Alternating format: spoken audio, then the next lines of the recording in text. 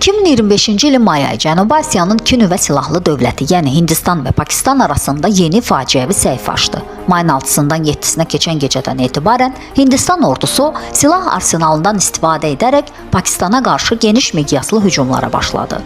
Əldə edilən məlumatlara görə Hindistan hərbi hava qüvvələri Pakistan ərazisində yerləşən bir neçə mülki infrastruktura, o cümlədən 4 məscidə avia zərbələr endirib. Lakin Hindistanın öz hərbi gücünə arxalanaraq başladığı bu əməliyyatlar gözlədiyi nəticəni verməyib.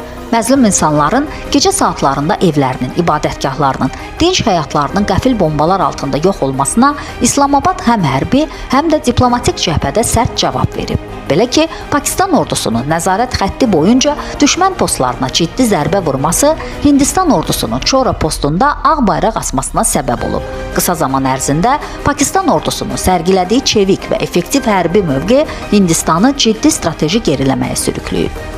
Nəticədə Hindistan rəhbərliyi münaqişənin genişlənməsindən çəkinərək qapalı kanallarla müxtəlif ölkələrə, xüsusən də ərəb dünyasına müraciət edib. Bu faktlar artıq parlament müzakirələrinə çıxarılıb. Müxalif partiyalar isə səfehliklə aparılan müharibə ifadəsi ilə Modi hökumətini hədəf alıb. Haydarabad, Kəlküttə və Dehlidə etirazlar başlayıb. Pakistan ordusu yüksək döyüş hazırlığı, sürətli cavab imkanı və koordinasiya olunmuş müdafiə mexanizmi ilə dünya hərbçilərinin diqqətini cəlb edib. Ən önəmlisi isə Pakistan heç vaxt bu qarşıdurmanı başlatmadığını, yalnız öz ərazisini və xalqını müdafiə etdiyini göstərməyi bacarıb.